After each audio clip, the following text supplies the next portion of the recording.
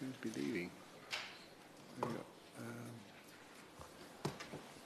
Order. Philip Dunn to move the motion. Thank you very much, Mr. Efford. It's a great pleasure to serve under your chairmanship, and I look forward to this debate. It's an important debate because flooding remains a highly topical issue for many of our constituents, too many of whom have suffered the appalling consequences of flooding this winter.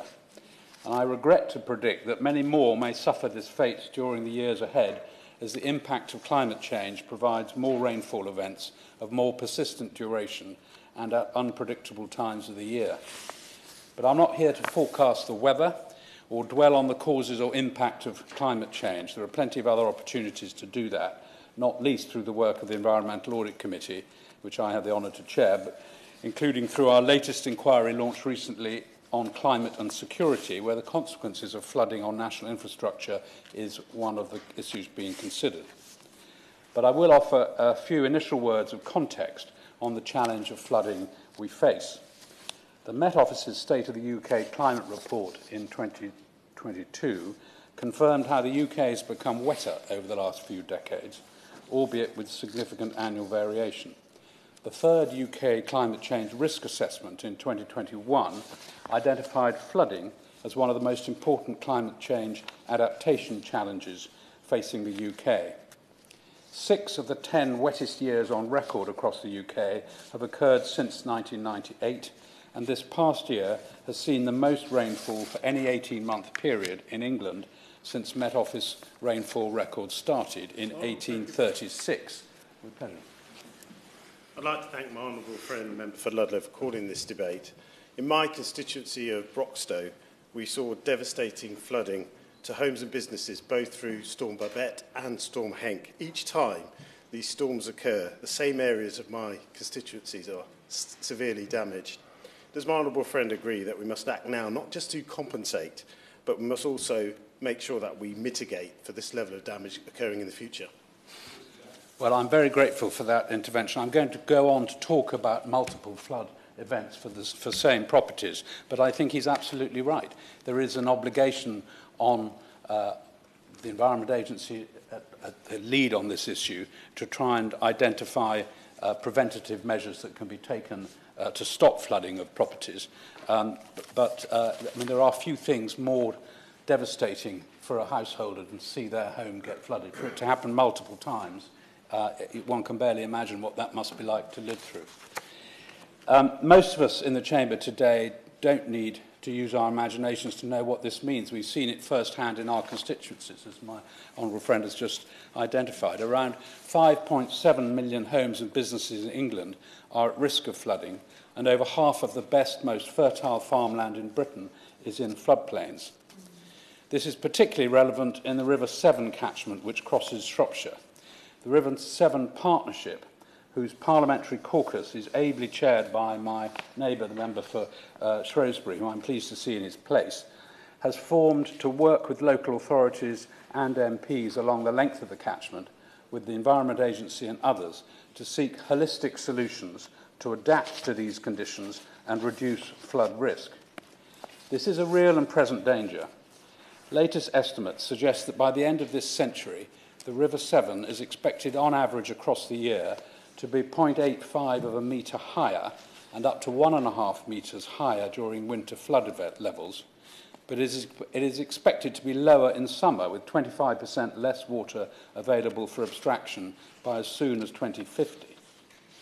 We've already experienced 3 of the worst 5 floods ever recorded along the River Severn in the last 3 years, and as yet no climate allowance has been built into the considerable defences installed so far.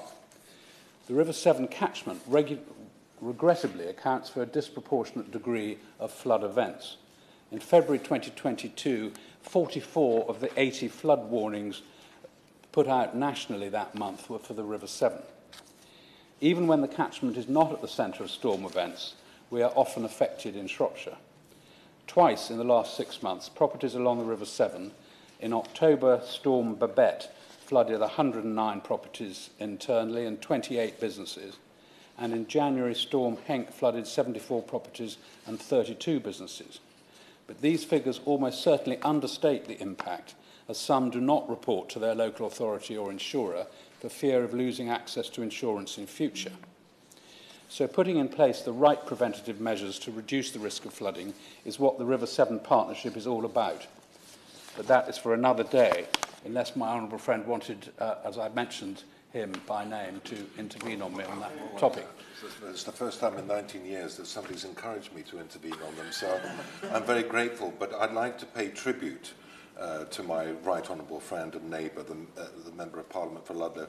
He has been one of the most active in the caucus of 37 MPs along the River Severn that I chair, and I very much welcome his debate. Will he agree with me, and we have the Minister here, of course, that it is essential for us to work in collaboration with DEFRA to continue to lobby the Treasury for this £500 million business case that we've submitted for finally managing and taming Britain's longest river?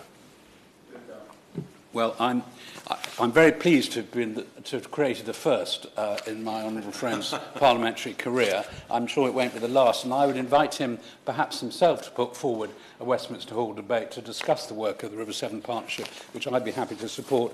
Indeed, we did put forward proposals to the Treasury, in fact to the Chancellor himself, in relation to the River Severn Partnership bid for significant funding to look at the whole range of remediation options and adaptation options upstream, going as far as the origins, the source of the River Severn into Wales.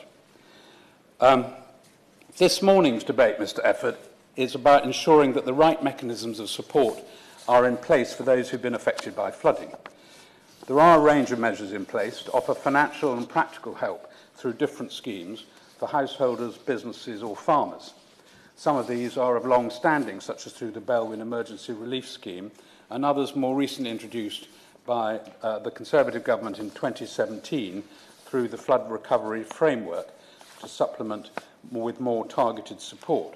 But it is a complex patchwork of support. As one glance at the House of Commons library briefing for this debate will show, there are several elements of support with different eligibility criteria applicable to different entities who have suffered flood damage, with homes and business support managed primarily through local authorities under schemes where the Department for Levelling Up Housing and Communities has lead responsibility.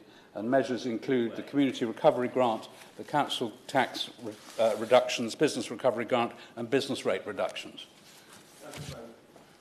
I'm grateful for the right of giving way.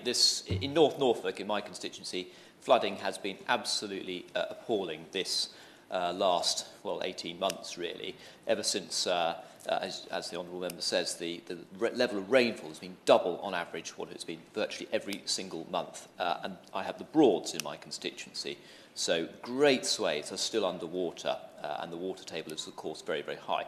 There's multiple problems with this: groundwater, the amount of rainfall, erosion in my constituency also. But the point that was being made is about the patchwork and the lack of coordination. Can I ask the right honourable member, what can be done to bring the stakeholders together, whether it's the water companies, the county councils, the internal drainage boards, the Environment Agency, to work in a more coordinated fashion? Because at the moment the response is often slow, is lacking in funding, and somehow there should be an overarching body that coordinates the response in a far better way.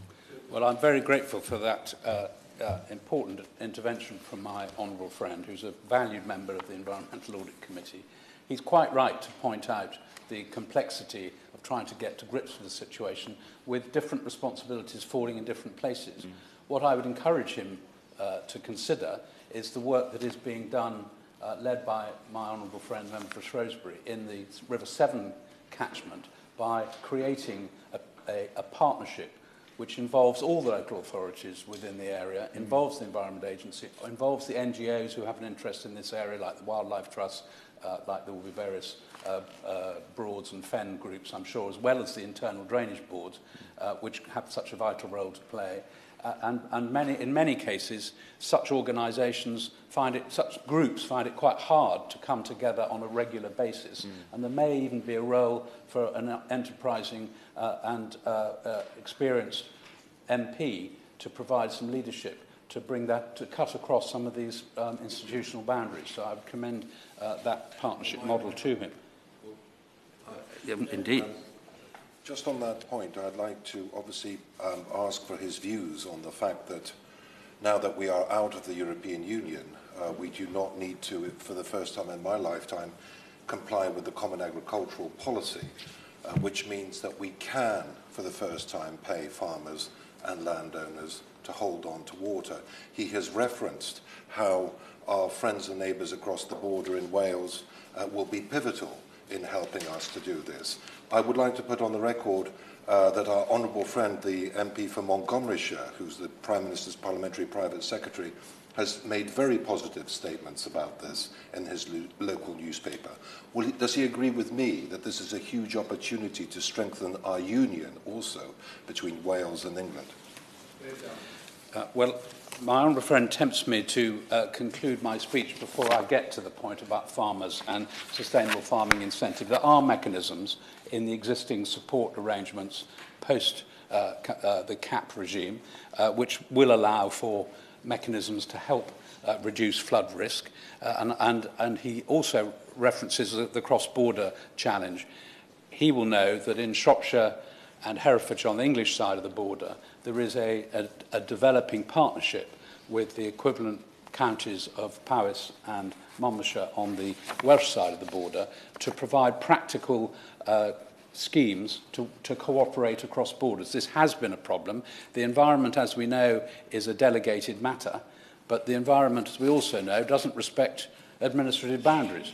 So it's a bit of a nonsense, and it can only be grappled by people, the responsible bodies working together. That includes the Welsh Government, Welsh local authorities, as well as the UK Government and English local authorities. So I think he's quite right to draw that out. So I was just going on to talk about the support arrangements for farmers and the internal drainage boards referred to by my friend from Norfolk. These support arrangements are managed by the Department for Environment, Food and Rural Affairs, and measures include the welcome introduction of the Farming Recovery Fund as a swift response to Storm Henk, with its eligibility criteria recently and pragmatically extended.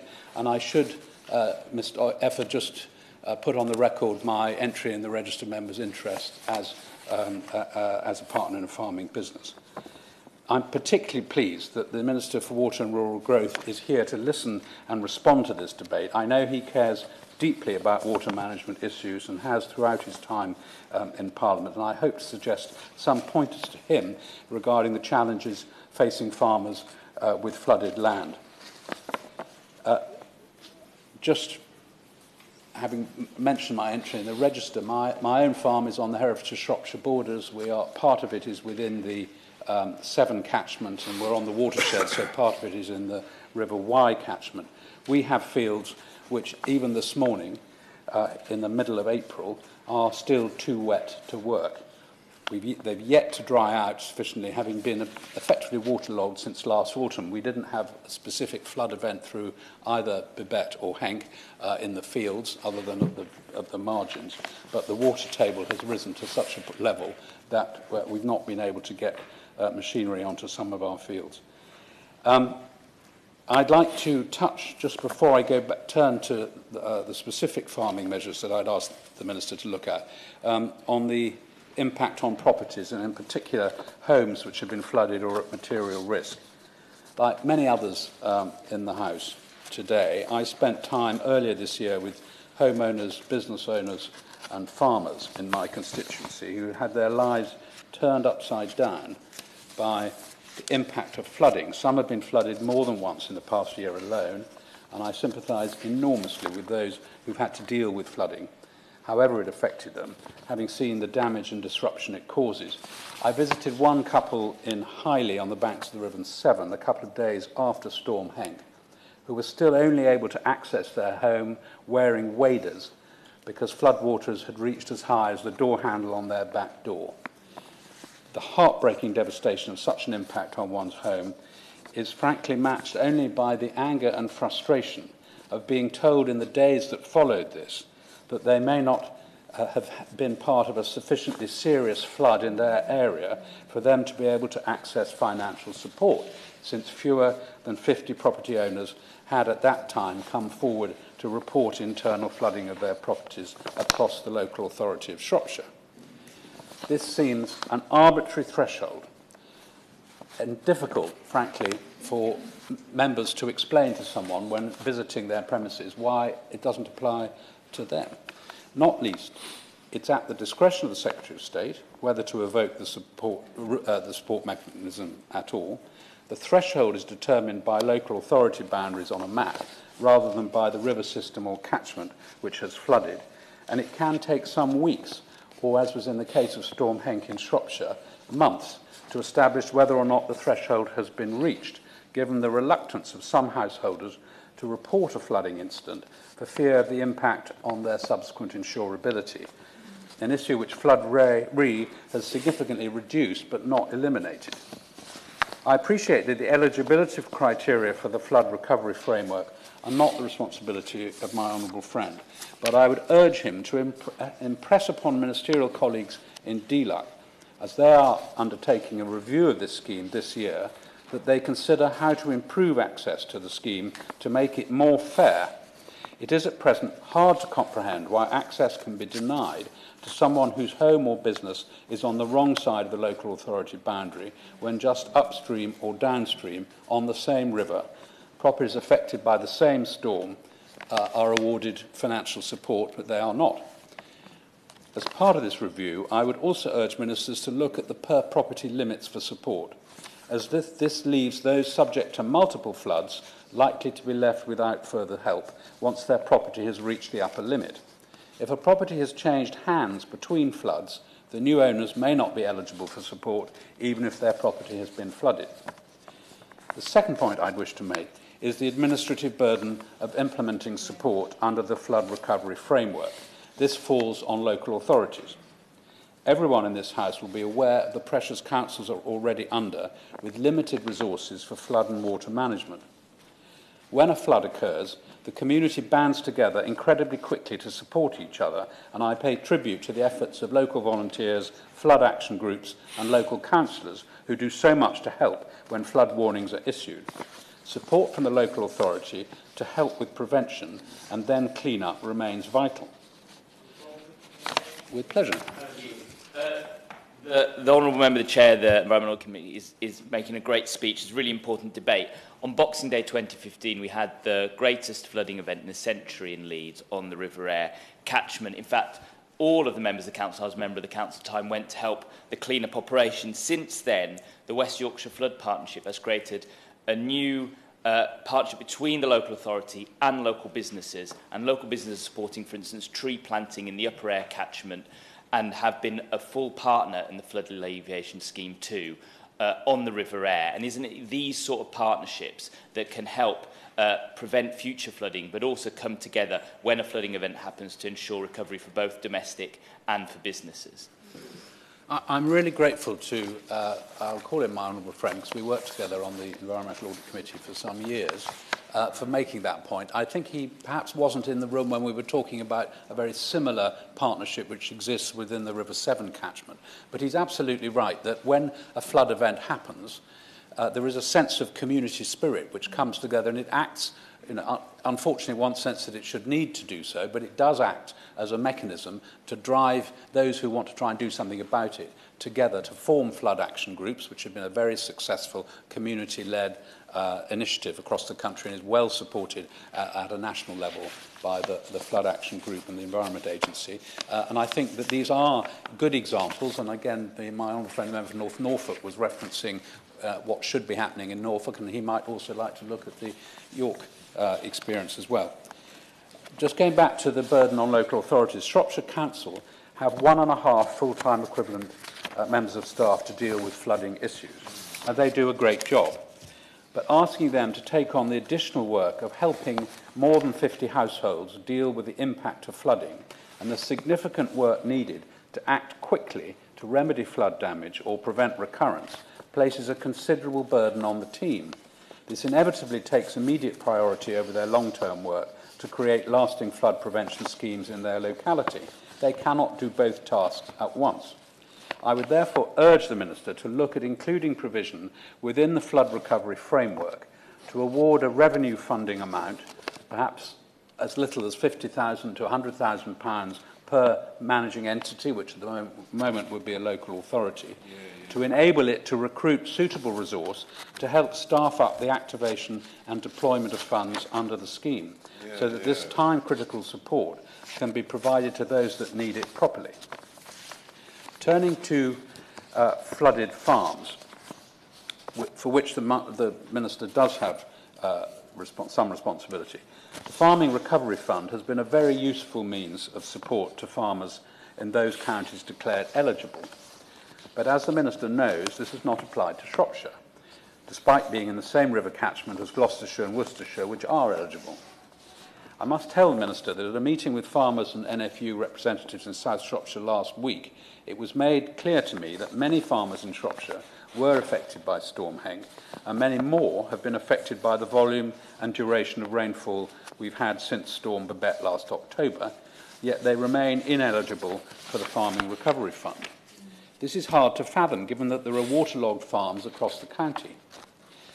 I appreciate that the scheme applies to all land parcels which are flooded contiguous to a river that had notably high river level gauge readings during the 10 days following Storm Henk in January, provided they're registered under the Rural Payments Service.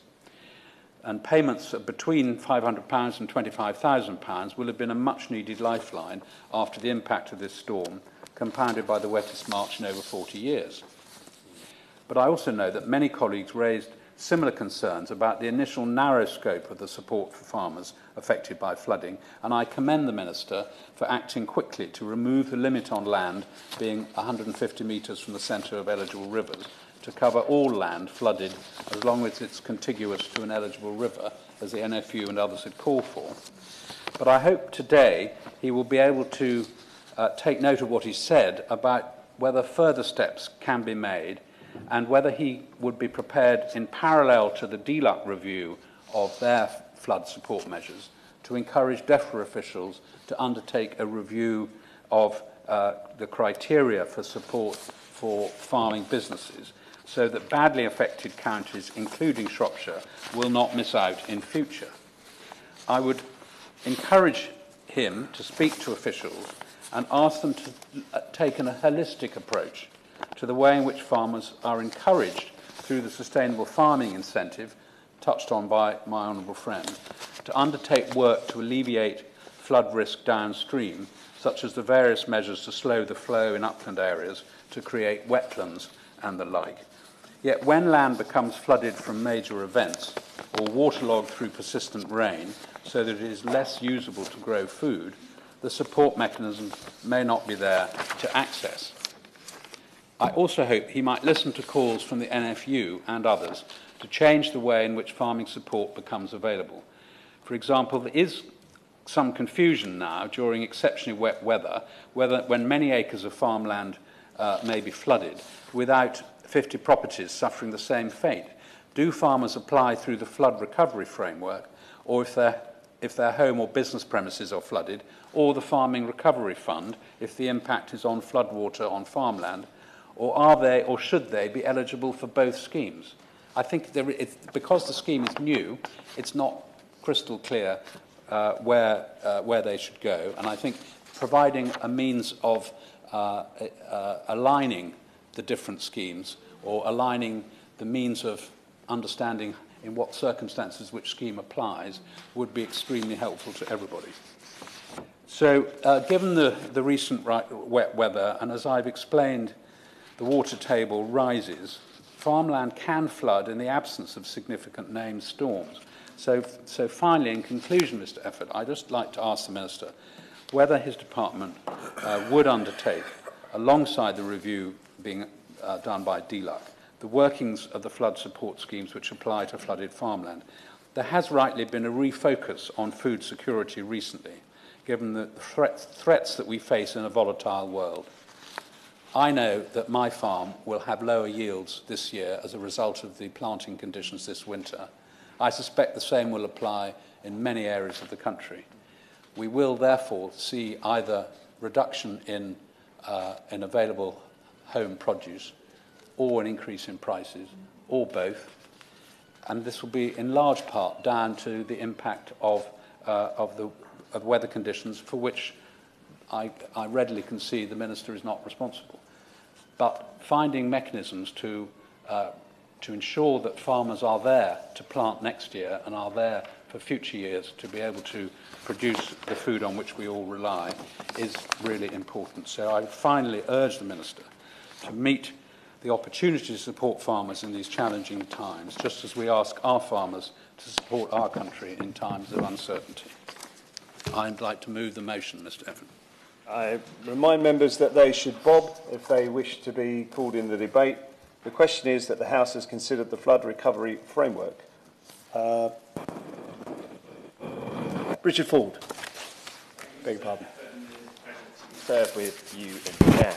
And I'm very grateful to the Right Honourable Member for Ludlow for securing this debate and also for his words in particular in relation to farming.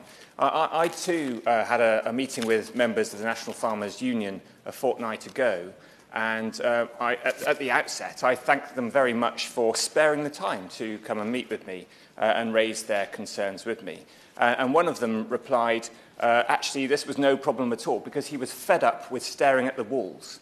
Now, I take that as a slightly tongue-in-cheek. I'm sure that farmers remain very busy even in times where their fields are flooded.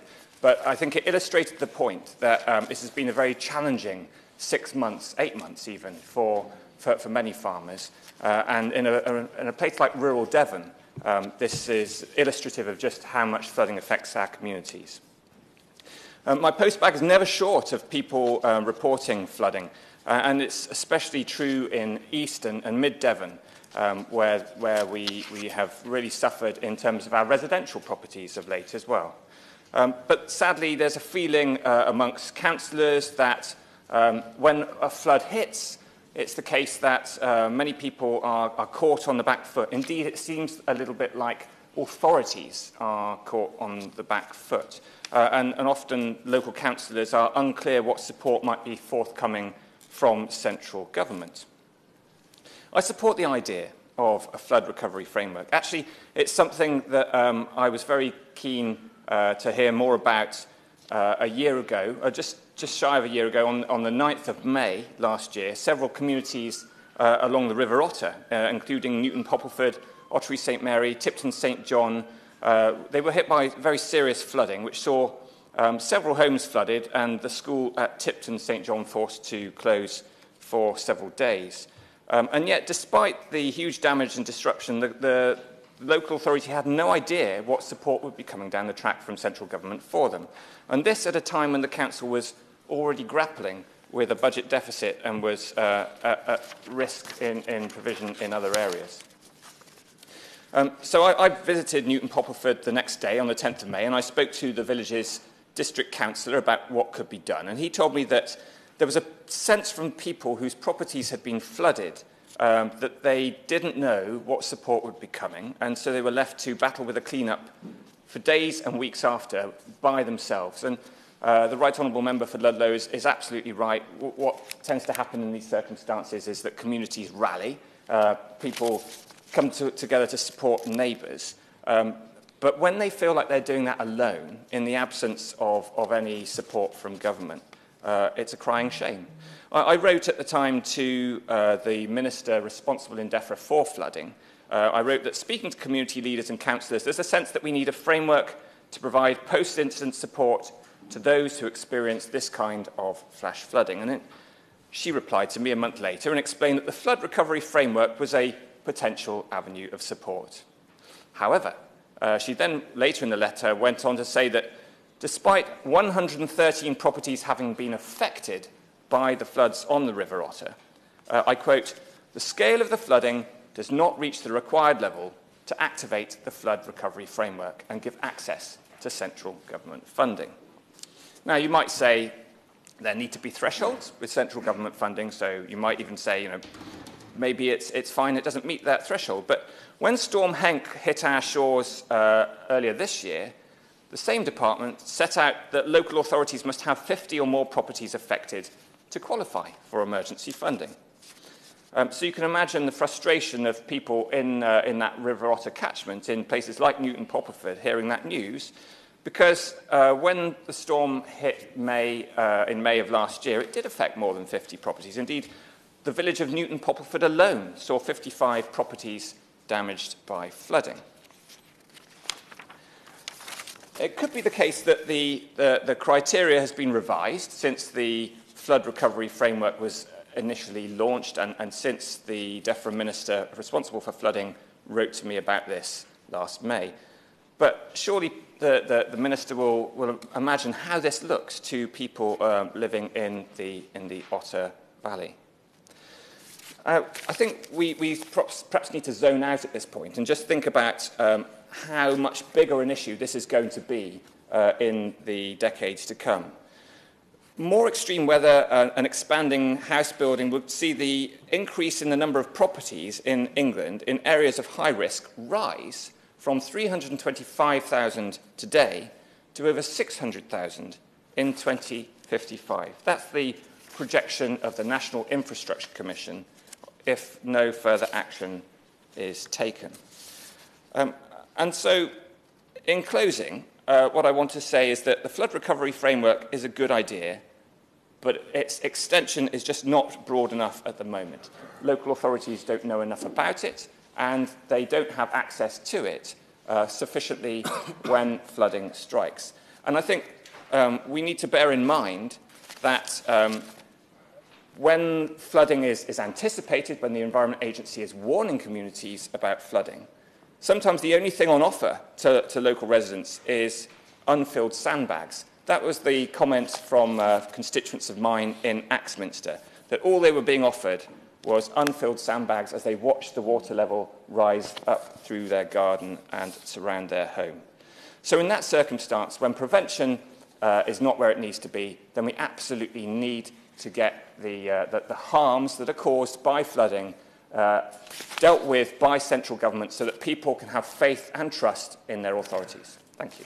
Thank you very much, Mr. Efford. And I'd like to pay tribute to my right honourable friend and neighbour, who I've had the privilege of serving alongside for the last nearly 19 years in May. This may be one of the last times that, I hope not the last time, but one of the last times that we will be in a debate together, because my right honourable friend is standing down at the next election, and I'd like to take this opportunity of paying tribute to him and all the work that he has done with me and the other Shropshire MPs in a very collegiate way. There hasn't been a cigarette paper between us over the last 19 years, and the only time we have ever disagreed is over the referendum issue of our membership of the European Union. But apart from that, we have been as one. It has been as one in terms of fighting together collectively to secure resources for Shropshire. I think the devastation that flooding causes, that my right honourable friend has referred to, is an extraordinary emotive issue. And of course, towns like Shrewsbury were built at a time when we were fighting with the Welsh. These were fortifications that were built along the border, and therefore Shrewsbury is a beautiful castle. We have more listed buildings than any other town in England. That is our USP, so it's an extremely beautiful historic town. But the problem is, of course, it was built for fortification and defence purposes right in the middle of a river loop. You wouldn't do that now, obviously because of the consequences of flooding. But that is the historic context that we are grappling with. And I brought the Secretary of State for DEFRA, the then Secretary of State for DEFRA, to a very flooded Shrewsbury in 2019, February 2019. The palpable anger and misery and frustration from the businesses that the Secretary of State met. We went to a local butcher, local hairdresser, we met with local residents, and these people are now being flooded on an annual basis. When I first became MP for Shrewsbury 19 years ago, this was something that was happening perhaps every 5 to 10 years. We are now flooding on an annual basis. And that is why I invited the Secretary of State for DEFRA to see at first hand the difficulties that we were facing. As a result of that visit, we secured £50 million to help us with some small flood defence schemes, but also to set aside resources to work together to find, as my right honourable friend has indicated, a long-term solution to managing the River Severn, Britain's longest river. And I have formed a caucus of 36 members of Parliament who have the River Severn flowing through their constituencies. If there's one thing that I've learned as a Member of Parliament over the last 19 years, is it's very difficult to achieve anything operating in a silo by yourself. My strongest advice to the next generation of politicians who are coming in at the next election is, if you really feel passionately about something, form a caucus. Go in mob-handed. Go in with large numbers to lobby the DEFRA and to lobby the Treasury. And that's why we have this caucus of 36, 37 members of Parliament who represent communities all the way down the River Severn. Now, bizarrely, but very fortunately, our local council, Shropshire Council, has done the same thing. They have reached out to all the councils further downstream, and they have formed a consortium of councils who represent communities all the way along Britain's longest river. So we are in a unique situation. We have a parliamentary caucus of all the members of Parliament representing the communities in Parliament, and we are acting collectively and in tandem here in the House of Commons. And our council has taken control and is leading and managing in a collaborative spirit with other councils along the River Severn to promote the River Severn Partnership and its work with the Environment Agency. I'd like to thank the Minister for coming to Shrewsbury just before Christmas.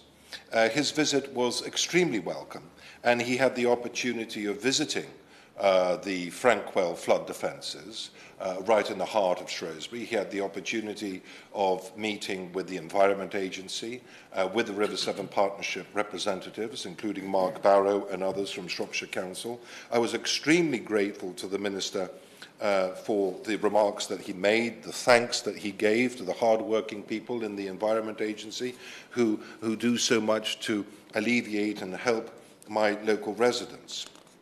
I very much hope that he will get a chance to visit Shropshire again before the end of this Parliament.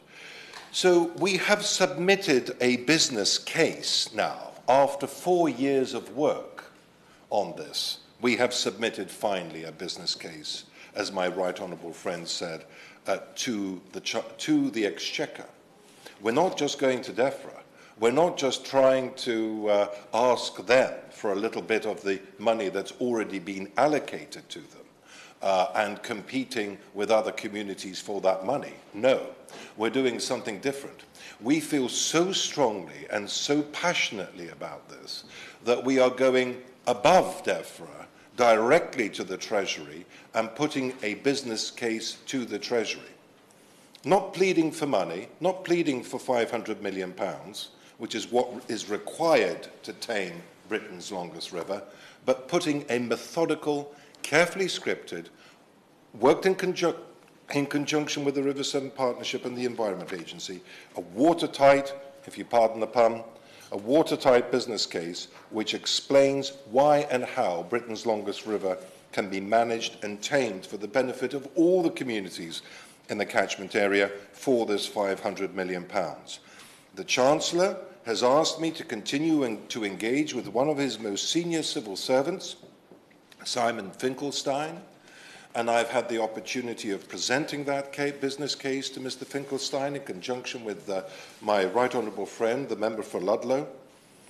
And the Chancellor has said to me that we are unique to his knowledge in the sense that we have created this caucus of members of Parliament, cross-party caucus, and that our councils are operating as a consortium. Now, some other Member of Parliament may contradict me here. I'd be interested to see what they're doing. But according to the Chancellor, there is no other type of project of this kind where all the MPs along the river are working with all the councils along the river to put forward a business case to manage the river holistically. I think that's extremely important. And Mr. Efford, may I just say that the business case outlines a GVA uplift for the West Midlands and our region of between 100 and 150 billion pounds if we tame the River Severn. So you do the maths, Mr. Efford. I'm sure your maths is better than mine. But for an investment of 500 million pounds, and yes, some people say to me, my goodness me, that sounds like a lot of money, 500 million pounds. Crikey, are you realistically going to extract 500 million pounds for the Treasury? Well, look at the business case. For an investment of 500 million, we get a GVA uplift of 100 to 150 billion. And of course, where does that GVA uplift come from? Well, I can take the Minister to hotels in my constituency that can't get insurance, where, because they flood every year, all the goods have to be thrown out and can't be replaced through insurance. I can take him to huge areas of land in my constituency which are ripe for development as brownfield sites, which we simply can't touch because of the flooding. I can take him to many residents that are flooded every single year, and also take him to see the council, and for the council to explain the sheer cost of the clear-up every single year. I believe that Shropshire Council, just in the last flooding alone, spent £2 million on clear-up. Add that up along the whole of the River Severn, and you start to see how that grows. Now, there are very few of us here in the House of Commons who have studied business studies at university and worked in the international commercial world. I'm one of them, and I'm very proud to have come from commerce into the House of Commons, and I'm passionate that more people from business come into the House of Commons. And one of the things I feel strongly about, as somebody who has studied business studies and worked in commerce, I feel very strongly that if you're going to lobby government, it should be done from a commercial business case perspective. And that is why I very much hope that the Minister will look at our business case and will work with us in conjunction to secure this funding from the Treasury. I'm coming on to end, Mr. Efford, but I'd like to say we need a holistic solution to managing the River Severn. Of course, this could be replicated across the whole of the United Kingdom. If we succeed on the River Severn, and if we can demonstrate that we can manage and tame a river by paying farmers and landowners further upstream to hold on to that water, they are incentivized, and it's a key concept of emotional intelligence, as you know, is interdependence. So from an interdependence perspective, giving a financial incentive to people further upstream to hold on to water, paying them for that, because actually building a flood defence, and we've all done it in our constituencies, we've all built little flood defences, of course, but think about how counterintuitive that is. I'm going to protect myself and push the problem further downstream and let you deal with it. That is not interdependence. I'm all right, Jack, I'm going to protect myself, but you can deal with the problem. No, that's wrong. We've got to think in a more interdependent way for our whole of the communities. Hold on to water further upstream. Pay those farmers and landowners to protect the whole of the area. But it's not just, if we succeed in Shropshire and on the River Severn, it's not just a prototype for the rest of the United Kingdom. This could be a massive exports opportunity. I've been to places in the world, as I'm sure the Minister has, when I worked in commerce, places like Bangladesh, and other countries that I've been to, and I've seen the sheer devastation of flooding in countries like Bangladesh, but also the sheer number of people who have been killed, have lost their lives as a result of flooding in communities and societies even more vulnerable than our own, places like Bangladesh, which I have visited. So I believe that a part of our international aid budget, and I'd be interested to see if the Minister agrees with me and if the Minister can give any additional information on this, but I would like to see greater collaboration between his department and the Ministry, the FCDO, in terms of how our aid budget is used for scientific research and technology development,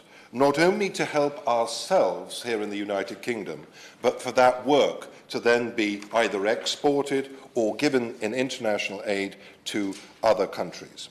Finally, Mr. Efford, I'd like to pay tribute to Mark Barrow, who takes the lead on the River Severn Partnership from Shropshire Council. He has been enormously supportive to me and my team and the River Severn caucus here in the House of Commons.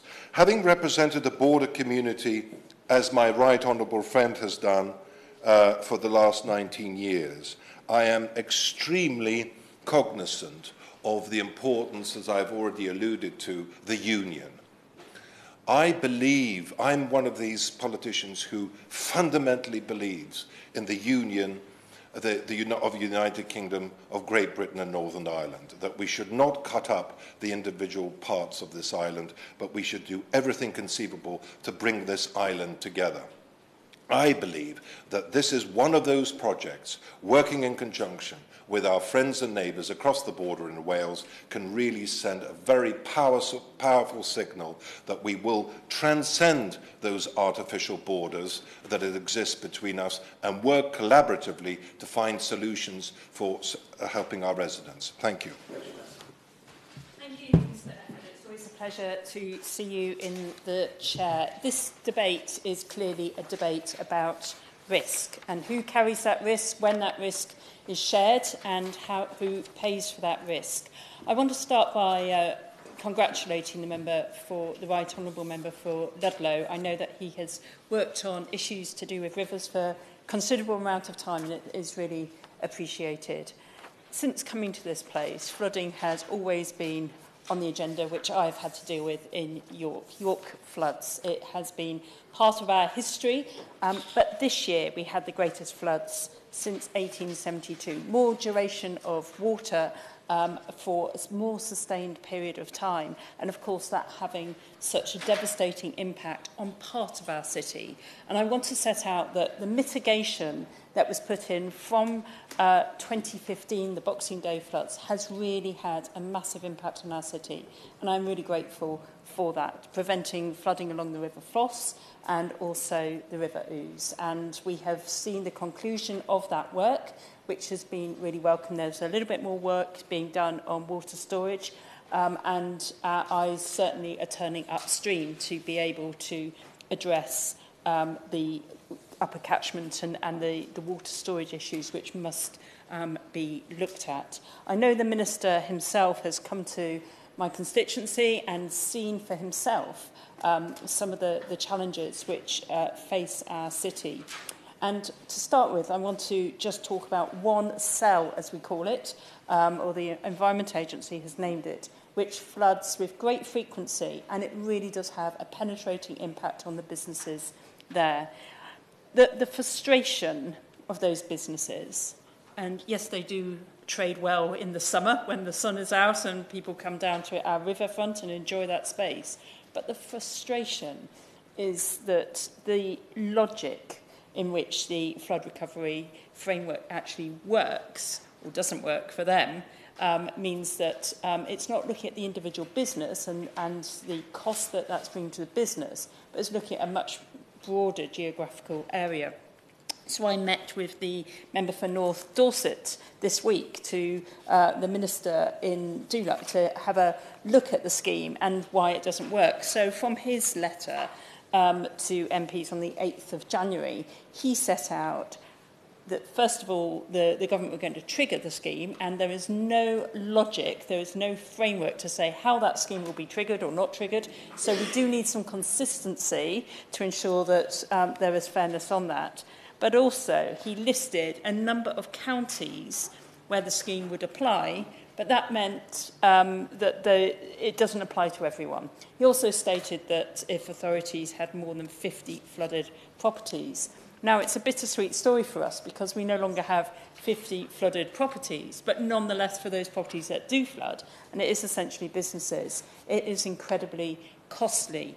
So I would urge the Minister to look at a more per capita scheme rather than one which focuses on the geographical area, which doesn't bring a logic to the way that it is applied. We also need, and I've met with the Yorkshire Water, the Environment Agency, City of York Council, again, to look at what is happening in our city. And I think we've got a major choice to make. Do we, as the member before me set out, do we shut water out and have that continual battle of keeping water away, or do we learn to live with water? And it's a very difficult choice because we know with obviously the onset of the climate changes we're seeing, and members across the House have articulated how more frequent they are, how the levels are rising. I've praised our flood defences, but we know that we don't have long in relative terms until they will be challenged themselves. What do we do at that juncture? And whilst we've been looking at countries across the globe, as the member alluded to, it's very real for us now. We've got to make some strategic choices about how we manage the water that we have, but also remembering flooding isn't our greatest threat, drought is. So we also need to think about what we're doing around storage for the long term as well. York doesn't have one river, we have two rivers. Of course, many of our towns and cities are built along those trading routes as they were traditionally. So we have got to deal with that. I ask the Minister, first of all, if we can have some consistency in the way that the flood recovery framework is applied. Secondly, that it can apply to all businesses affected, because clearly even those businesses are carrying all the risk at the moment. And obviously some property owners are as well. I ask that the suspension of payments of council tax and business rates is determined, not an option, but determined by government if those properties are flooded for the period by which they cannot trade. That would really help, and to determine that from the centre. That hasn't happened yet in York. I've been meeting with the council urging that to occur. But we also know local authorities then carry the risk, and they've got no money at the moment. So they're also having to balance their books with other risks. So I do ask that that comes down from the centre, and certainly discuss that with the Minister, the member for North Dorset, earlier in the week. And also that we have another look at insurance as well. We know that the flood relief scheme has been a real success.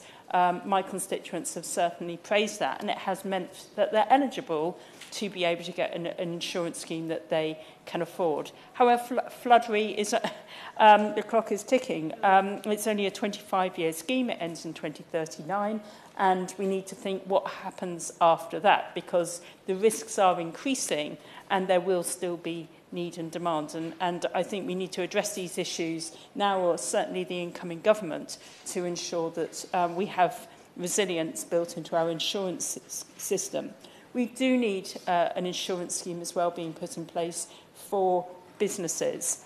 There is no reason why businesses are in the too difficult box. It just means that there needs to be some minds coming together to really work that through. And I call on the Minister to have those discussions, because it isn't working at the moment. And I've got businesses which are uninsurable, so not insured, not getting flood recovery framework funding, and therefore out there on their own, forgotten by this government. So I really hope that the Minister can have some response to that.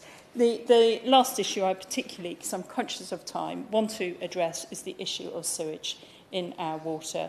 The effluence which is coming into our water system is making it even worse for businesses. Last year in York, we had 1,414 sewage releases. That is going to increase as well.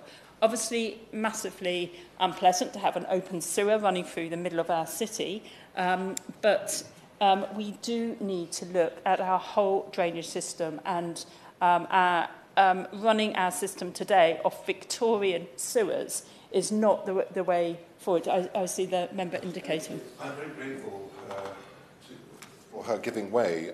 This is a very important issue which hasn't been touched upon, which is sewage going into the river. I very much hope that the Minister is aware that the Severn Trent has recently announced a special programme of clearing up water around Shrewsbury, but this should be a cross-party issue. The Lib Dems have, I'm afraid, tried to politicise this issue by putting on their little leaflets, local Tory MP votes to pour sewage into the River Severn. That is extremely inappropriate, if I may say so. If we talk about anger towards members of Parliament and the denigration that we all face, this is one of the issues that I've faced which has been really unpleasant. So I think we've got to be very careful in what we say on this issue. I'm grateful, but the point I really want to make is that we need a strategic plan for managing sewage in our country. Clearly the Victorians got it right, they got on with the job, and we have turned our eyes away from our sewage system for the best part of 200 years. And I think we've really got to turn our eyes back. We've got to think about, this is obviously about hygiene, about good sanitation, and it does feel at times, as I walk around the wonderful medieval York, is that we're trying to bring that experience even more to life with the state of our rivers. So I really do urge the Minister and indeed the Shadow Minister that we have a plan for sewage as we move forward. Because sewers are underground doesn't mean that they can be ignored. And increasingly we are seeing the impact of that. We see the Tideway project here in London, an incredible investment. We need to see that across the countries, including the North. So I do really urge that that is part of it, because that would take away some of the difficulty if there was fresh water running through our cities, even when it flooded. Thank you, Minister. Order. Just to point out that I've got two backbenchers that want to speak, and I want to bring the front benches in at 10:38, so that will give them 10 minutes each, and Mr Dunn 2 minutes to wind up. Tim Farron. It is a pleasure to serve under your guidance this morning, and I do congratulate the Right Honourable Member for Ludlow, who has championed these issues for some time, and I pay tribute to him and thank him for his contribution. We talk about the weather an awful lot in this country because it's never boring. And the weather is never boring, but sometimes we wish it was, and that's especially so for those of us who live in England's wettest county. Yes, we have to keep our breathtaking lakes topped up, but there is a limit, and we feel we may have reached that limit. I simply want to say very briefly to the Minister, would he keep a very close eye on the flood relief schemes in Kendal and in Appleby, to listen to local residents to make sure those schemes are completed in accordance with the wishes of the residents and the businesses there. We don't blame the government for the weather. The flood recovery framework is a welcome attempt to help us cope with the consequences. I want to focus my few moments then on the government's failure to use that framework well to defend farmers. Cumbria did not qualify for any of the support coming through the framework, despite the fact that farmers across our county are still dealing with the consequences of Storm Henk. And the complaint of farmers across the country is that despite having the building blocks of a reasonable scheme here in the form of the Flood Recovery Network, the Conservatives have left in practice farmers, families and businesses to fend for themselves, threatening their livelihoods and our food security. The government's response has been sluggish, acquiescent and inadequate. Farmers tell me that they feel this government simply does not care. Now, to be fair to the government, they activated the Flood Recovery Network, Flood Recovery Framework after Storm Babette in 23, Storm Henk early this year, but to qualify for Henk, funding. At least 50 properties, as has already been mentioned, have to be affected by internal flooding, and many communities in Cumbria are much smaller than 50, Meathop for example. Further concern relates to the government's cut-off date for grant payments, which means that there's great concern about whether or not resilience measures will be able to be built in time, given how hard it is to bring things on stream. I've worked very closely over the last several years with farmers in the Leinster Farmers Group, Grange Golf Club, businesses and other residents to try and tackle flooding caused by the impact of channel movements in Morecambe Bay, the silting up of river channels leading to flooding in the Winster and Lythe catchments, all of which are exacerbated by increased heavy and persistent rainfall and storm events. And the farmers have called for more effective, proactive collaboration plan of management and investment, and with my active support, but to date the government and its agencies have failed to act. Incidentally, it's highly likely that the government and its agencies, having failed to take action here, may have contributed at least in part to the subsidence of the track and the shocking derailment of a train on the Furness line near Grange Station just last month. Even so, an event that so easily could have led to serious loss of life. But Storm Babette saw this year farmers having crops rotting underwater after a devastatingly wet 23, and we've seen obviously flooding mean that no planting is possible this year. Many areas limited grazing is possible, and it makes spring lambing so much harder. We need to remember that at the same time, these farmers, 100% of them, will lose their farm payment, basic payment, or 50% of it this year. Meanwhile, only 1 in 8 will achieve or get anything from the sustainable farming incentive. The government's policies have put our farmers in a position where they simply cannot afford to endure the consequences of these unprecedented levels of flooding. Meanwhile, farmers don't receive compensation when the Environment Agency effectively floods their fields to protect downstream houses and villages despite harm to crops and livelihoods. And all of this is happening against the backdrop of huge cuts to the Environment Agency's budget since 2015, reducing their capacity to meet basic requirements when it comes to flood management. There is a litany of incompetent and of poor choices, and farmers are paying the price. And it's not just farmers. The failure of the government to tackle these issues means that Britain's fragile food security is at even greater risk. Already, we produce only 60% of the food that we eat in this country. We have the madness of a government with an agricultural policy which actively reduces the production and disincentivises the production of food. And we have a flood recovery framework not being used for its express purpose and failing to protect land that could and should be producing food to feeders. On top of this, of course, lower crop yields will mean higher prices of food in our supermarkets and higher prices of animal feed, pushing up the cost for consumers when they're already under unbearable pressure. In short, the flood recovery framework is just that, a framework that exists is to be welcomed, but the government is dragging its feet, underfunding it and bogging everyone down in bureaucracy.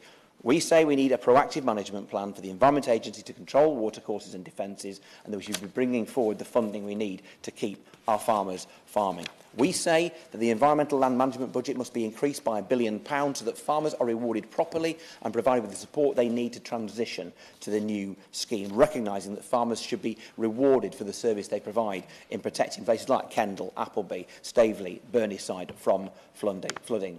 Investment in new schemes to support farmers in delivering natural flood defences is absolutely essential. And let's remember that all of this is about, to at least some extent, producing food to feed all of us. Surely that must be considered as a public good. In closing, I would simply say this: the failure to protect our farmers from flooding and the failure to adequately compensate them is dangerously undermining our ability to feed ourselves. A country that cannot feed itself is destined to fail, and a government that cannot protect and support its farmers in order to do that must be removed. Thank you very much, Mr. Efford, and it's a pleasure to speak for the first time in either chamber for 5 years on anything but defence. Flooding is a great subject on which to reopen my account, given how important it is to my low-lying Somerset constituency. And Somerset is no stranger to water, so I hope the Minister understands that when Somerset MPs grumble about flooding, it's never unreasonable or alarmist. We're very used to water being on the fields and water coming into our homes relatively frequently. But sometimes it happens more than is acceptable, and when that happens, it's important that government listens. As has been mentioned in the debate already, and I won't go back over this winter, but fields have been underwater for months, meaning that they will not be as productive this coming summer as they would have been. They're not ready to be used, and farmers are going to need support there. And some homes in villages in my constituency have been flooded 4 or more times in the last 5 or 6 months. Now, is this the 1 in 100 winter against which all the worst case scenarios are written? My suspicion is not. My suspicion is that this is increasingly common. And so in the brief time that I have available, 3 minutes or so, I just want to make a couple of points that I think are playing out in my patch, and my suspicion is common to others. The first is when big housing developments are made upstream, and I don't want this to become a NIMBY argument against the development, it's needed. But I am far from convinced that in the 10 years or so, or just under 10 years that I've been the MP and these developments have been built, the full consequence of the speed at which water comes down out of, in my constituency, Shepton Mallet and Wells and down the rivers beneath, was properly modelled. And if it was modelled, I'm certain that the capital improvements to the watercourses downstream were never made in order to allow that increased speed of water as it comes off the greater amount of tarmac upstream and down the valley beneath. And that, the villages that are worst affected, Cokesley, Croscombe, North Wootton and others, definitely sit immediately beneath a number of new housing developments in Wells and Shepton Mallet. Secondly, on the Environment Agency budget, the operations team in my constituency tell me that they think they've got about 60% of what is needed as an operational budget for the Wessex area. Now, clearly there's an argument about give the EA more money, but everybody argues for more money, and I was on the radio this morning saying more money for defence, and there can't be more money everywhere. So my suspicion is what the Minister needs to do is to be clearer with the EA around what their priorities are. Some of that will be politically difficult, but there are things potentially that the EA does around environmental matters, for example, that in extremis, and I would argue that we are in a place of extremis, their priority should be the operational management of waterways and flood defence at the risk of some of their other activities. And I wonder if the Minister would offer some thoughts on that. There is also an issue around local authority budgets and highway maintenance. Now, 'tis the season for middle-aged politicians in suits to crowd round a pothole and point at it earnestly.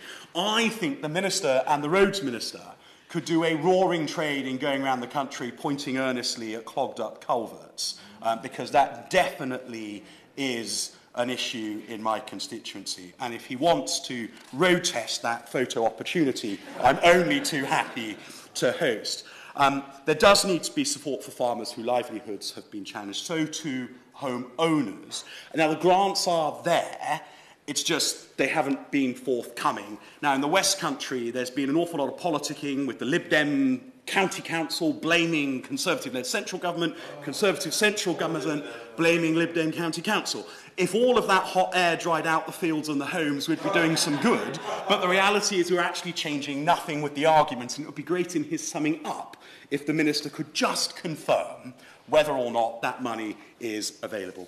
But finally, in 3 seconds, there is a thing about resilience. Government cannot do it all. Flood re is fantastic, but the more that we can invest capital in flood defences, pumping infrastructure, watercourse improvement, and therefore ease pressure on the Environment Agency's revenue budget, the better. Thank you, Mr. Efford. Emma Hardy.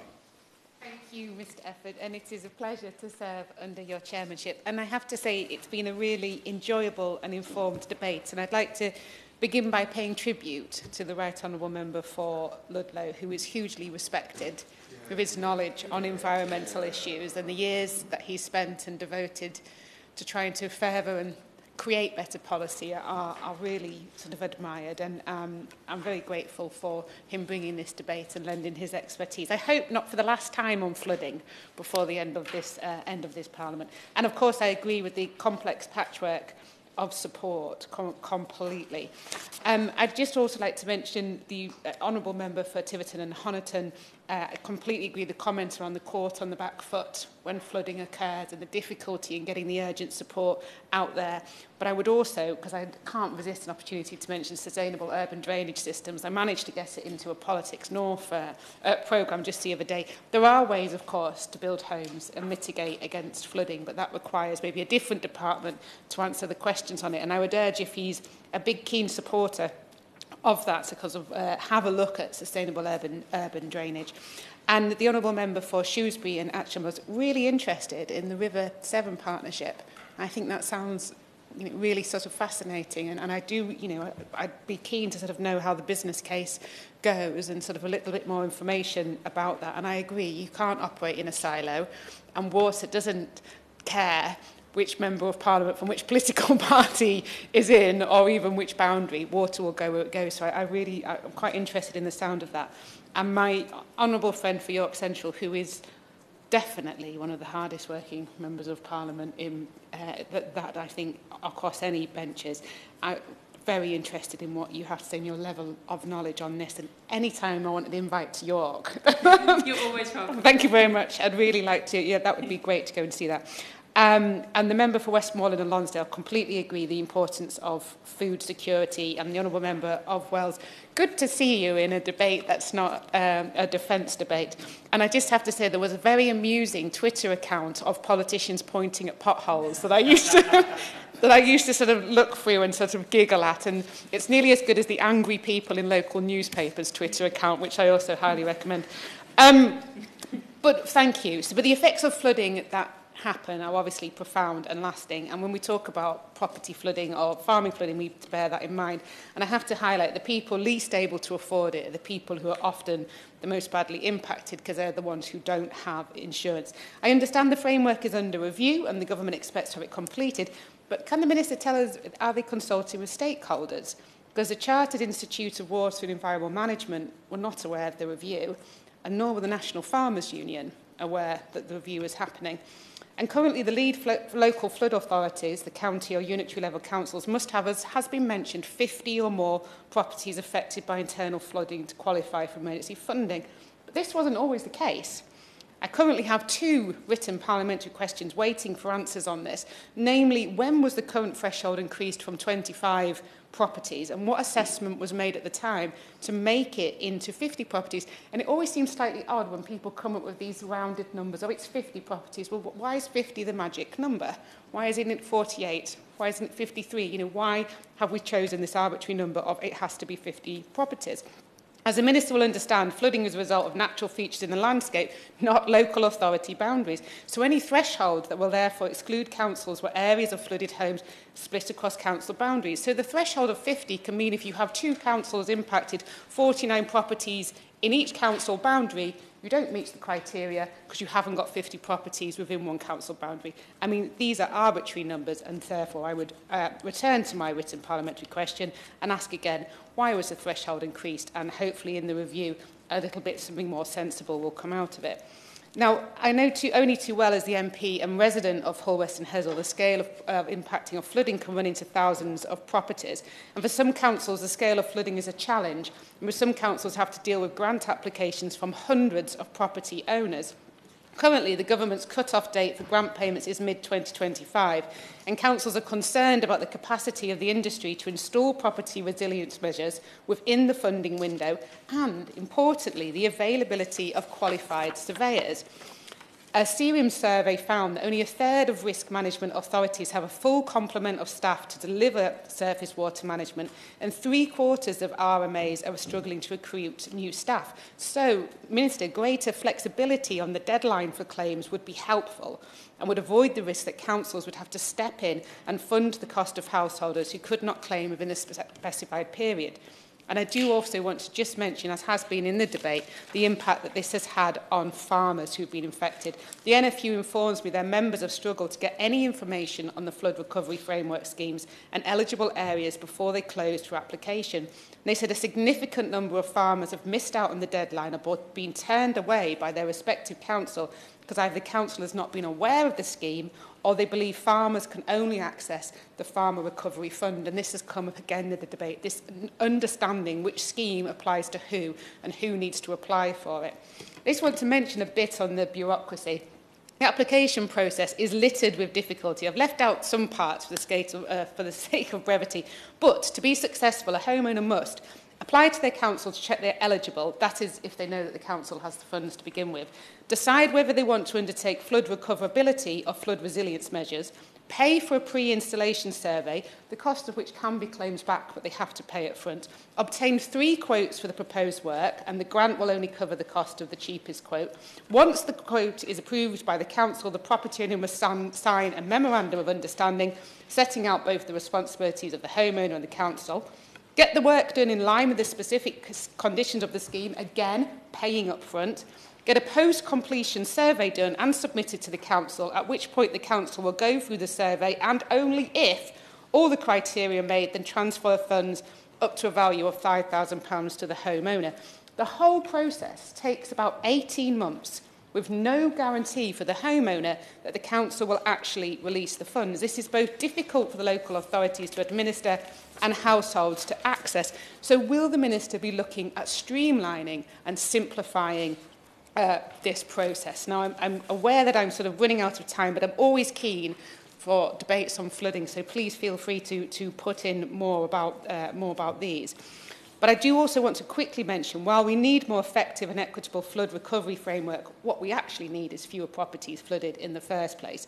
And the number of properties that will be better protected from flooding by 2027 has been cut by 40%, and 500 of the 2,000 new flood defence projects have been abandoned, according to the recent National Audit Office.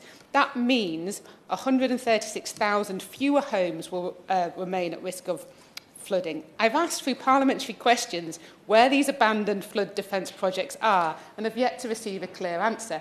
I've been told they're not abandoned, just some have been deferred. So I've gone back to the department again, we're saying, well, okay, tell me about this deferral. How many, if they're not abandoned, have been deferred? How long is this deferral process happening? I mean, to say evasive, I think, would be kind in responding to this answer.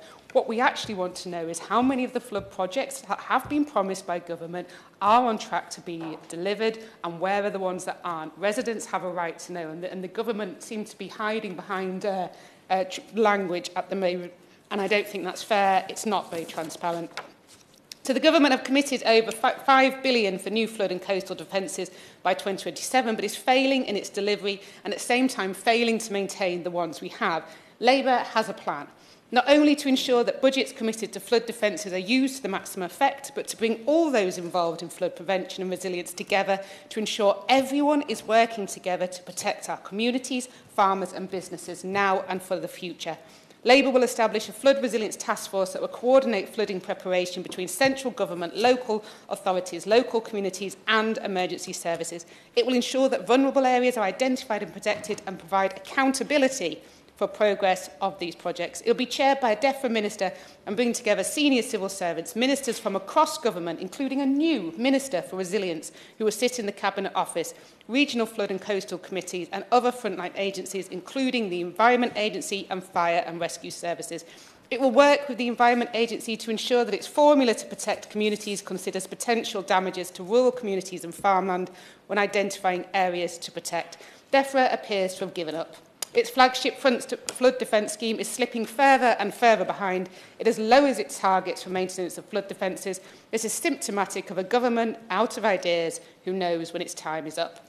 Labour has a plan and the energy and commitment to make the changes this country needs to meet the challenges of increased flood risk in the face of a changing climate. Thank you, Mr Efford, and it's a pleasure to serve under your chairmanship. Can I thank my right honourable friend, the member for Ludlow, for securing this really important debate, and to all members who have contributed.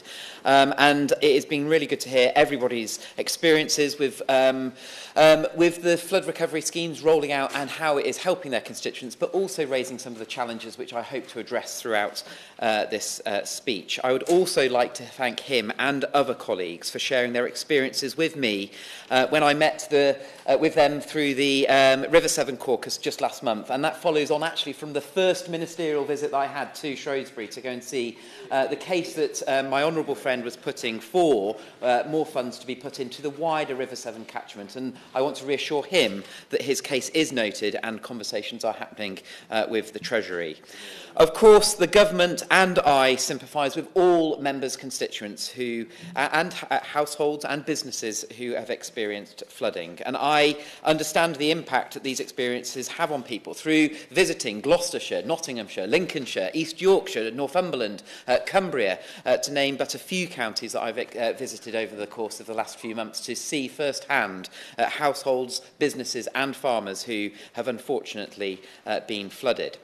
Climate change means that the number of people at risk from flooding is likely to, unfortunately, grow. The storms that we've experienced over the autumn and winter period have brought this into sharp focus, when sadly more than 5,000 properties were flooded. But more importantly, nearly 250,000 241,000 were protected as a result of the continued investment into flood defences. And this is why this government is acting to drive down flood risk from every angle. Our long-term policy statement, published in 2020, sets out our ambition to create a nation more resilient to future flood and coastal erosion risk, and why we continue to invest public money in this important area. This government is investing £5.2 billion between 2021 and 2027 to better protect communities across England from flooding and coastal erosion. And since 2010, government investment has meant that more than 600,000 properties have been better protected, which is a significant achievement.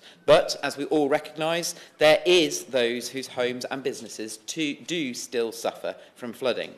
And I wish to pick up on some of the points that have been mentioned throughout this debate, but to pick up on the point that was kindly made by the member for York Central, I'm pleased to recognise that she noted that since the Boxing Day floods in 2015, her constituency and businesses, homeowners across York have benefited from the amount of government support through funding that has specifically gone into York. And it was good to visit her constituency, where I saw firsthand some of those improvement measures that have taken place, particularly with regard to the Foss barrier.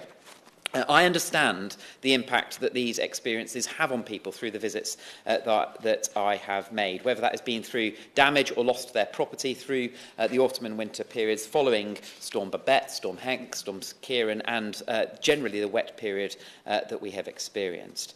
And that is why, following Storm Babette and Storm Henk, the government announced a significant package of support for areas in England that experienced exceptional localised flooding. The Department for Levelling Up, Housing and Communities, together with the Department for Business and Trade, activated the flood recovery framework at speed following both of those storm events. This provides the Community Recovery Grant, which is eligible for local authorities to receive funding equivalent to £500 per flooded household to support local recovery efforts. The Business Recovery Grant provides eligible local authorities with up to £2,500 for each eligible small and medium-sized enterprise that has suffered severe impacts of flooding that cannot be recovered from insurance, council tax discount and business rate relief, under which the government has reimbursed local authorities for a minimum period of 3 months for eligible flooded properties. And alongside the flood recovery framework, the Department for Environment, Food and Rural Affairs has also implemented the Property Flood Resilience Repair Grant, which offers grants of up to £5,000 per property to install flood resilience measures. And I want to pick up on the point that was kindly raised by the Right Honourable Member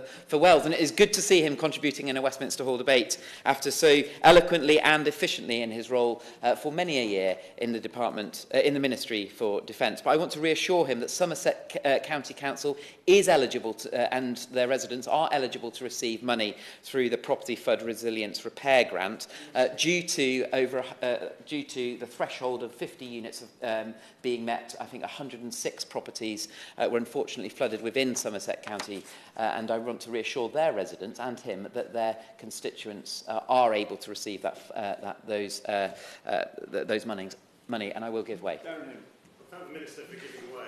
In Nottinghamshire, we've had Storm Babette and Storm Henk in quick succession, and I know the Minister mentioned that the businesses were able to receive grants, but they weren't able to receive them twice. Had they happened in 2 separate years, they would have done.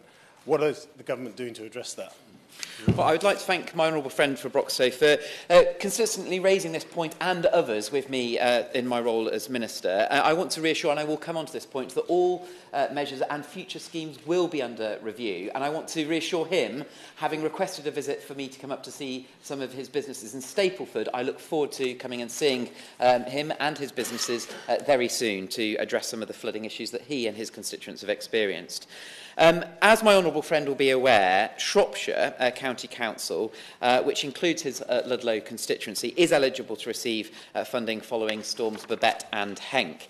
And following Storm Henk, the government has also recently opened the Farming Recovery Fund, currently in 9 areas, to support farmers who have suffered uninsurable damage to their land as a result of Storm Henk. Farmers will be able to receive grants of up to £25,000 towards reinstatement costs for farmland adversely affected by exceptional flooding. But I want to reassure all members that I fully recognise the concerns that Right Honourable and Honourable members have made about the announcement the Department made last week. And I want to reassure all members, and indeed those outside of this place, that ministers are actively reviewing that Department's announcement which took place last week. My right honourable friend, the member for Ludlow, also raised some important questions about the schemes, and he rightly raises a concern that holding the eligibility count at a lead local flood authority level, which is under unitary or upper tier councils, poses a problem for some local authorities, and that the threshold of 50 internally flooded properties as an eligibility criteria could be considered unfair to smaller local flood authority areas. And I want to reassure the member and all that this will be put under review going forward. But to address the Shadow Minister's concerns, the threshold was actually increased. And I just want to pick up on some of those points. So following flooding that took place in 2020, on the back of representations from local authorities, the flood eligibility criteria was reviewed. Previously, the eligibility criteria set by the Department for Levelling Up Housing and Communities for the flood recovery framework to be activated was 25 residential units that were internally flooded over a district local authority area. Following feedback, this was reviewed and reduced to trigger the threshold to 50 properties, not just residential properties, but 50 properties, whether they were commercial businesses or others, over a unitary authority area, so a bigger geographical area, therefore reducing the threshold, not increasing it, as the honourable member wrongly made. I do believe that was the point that I made, that it had gone from 25 to 50. However, I'm happy to check Hansard, and if I, and correct any mistake if I've made it, but I'm not sure that I actually have. However, that doesn't resolve the point I was making about where the arbitrary number of 50 actually came from, and how if you've got a split border down the middle and 49 each side, then there is no actual impact, because that has been increased and there hasn't been the consultation on exactly explaining why. So I want to reassure all members that the threshold was widened so that we could get much more support out to businesses, to households as possible.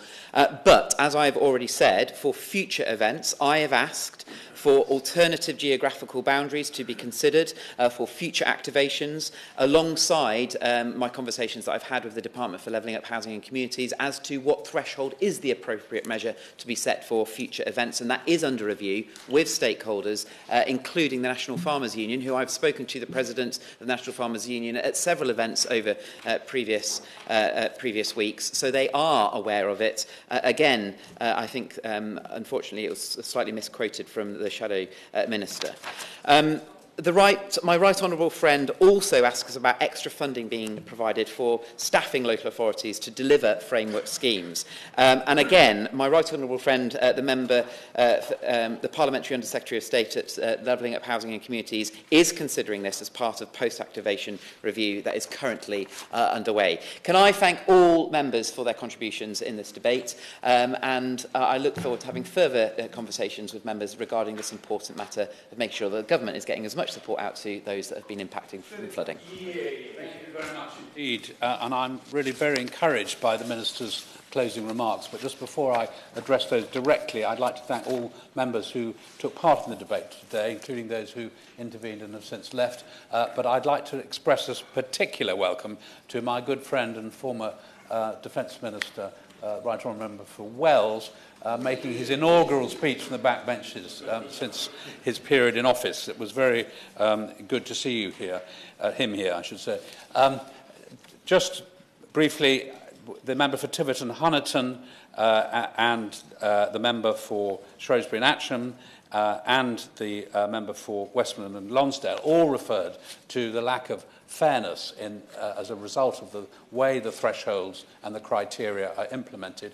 I was very pleased that that was picked up both by the opposition spokesman and most specifically by the Minister in the review that's being done. I think what he said in his concluding remarks about the alternative geographic boundaries, I think that is really helpful to be looking at that, about the level of thresholds, and I won't repeat the spat across the chamber about who said what to whom, but the fact that it's being reviewed, I think, is very welcome.